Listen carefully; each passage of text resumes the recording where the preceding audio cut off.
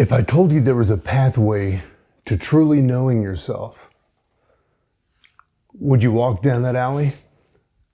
Does that excite you? Or does it sound like an impossibility? What if that path offered you freedom from the patterns of slavery, the things that you're dreading every day in your life, that you may be acting out in your life? I'm Roach, Mark Roach. I'm here to help you discover more about yourself, which often hinges around uncovering the identity that you've assumed in life, mostly around what you consider your wants and needs to be that guide the focus of your life. Suppression is a deliberate act of attempting to push a feeling or a sensation or a thought away from your attention. It's not easy. But note, by definition, to suppress something, you must be aware of that something. Repression is an unconscious act of denial. Repression, it's kind of like your heart rate, breathing, or most of your body functions that seem to be outside of your deliberate control. In essence, repression happens automatically without awareness, while suppression is an intentional choice to set aside certain thoughts or emotions temporarily.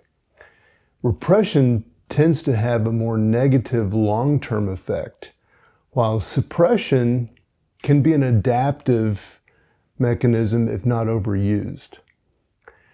But recognizing the difference can help in addressing emotional difficulties very effectively. Let's play a little game. I'm going to name a series of words that have a flow to them. Follow along.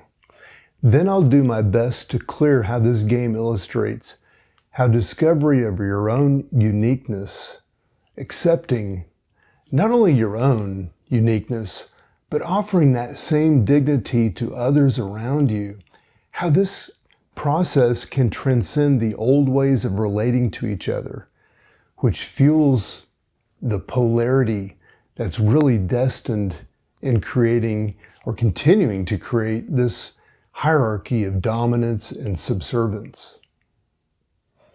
Here's the words: manipulation, force, dogma, nature, primal, fear, destruction, rage, conforming, environment, control, rules, dogma, ritual, organic, trap, slavery, free will, education, neuropathy, chronic pain, mental illness, Michael Jordan, timing, Jesus, spiritual evolution, awakening, emotions, holding, feeling, identity, perspective, disease,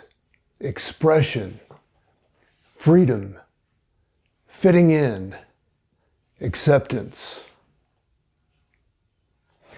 I had a short conversation with a master of public relations maybe 2 or 3 years ago.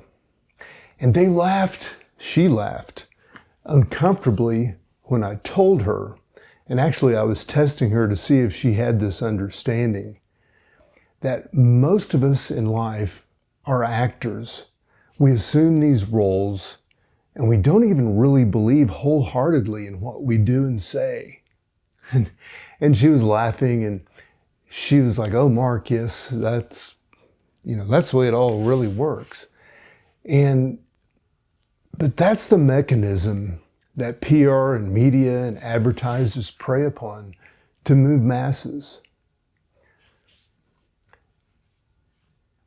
which is a strategy essentially of encouraging the masses to deny their own uniqueness, to deny their own hero or superhero that's really inside. which is what I believe that Jesus, came here to help bring that out in us. And I think a lot of us missed the boat, and it's not our fault. I mean, these stories have just been handed down from generation to generation to generation, and we're repeating the same patterns over and over again. But owning your uniqueness can resolve many issues that may be plaguing you in your health, everyday life, and in your relationships. It's a different strategy than using a substitute or a coping mechanism. I mean, those things may work for a little while, but they really lack the fundamental connection to the truth. Now, they may be a step forward in your process of evolution to yourself. So, be gentle with yourself. But if you identify or over-identify with them, then your progress will flatline. It will cease. I'm Roach, Mark Roach. All the best.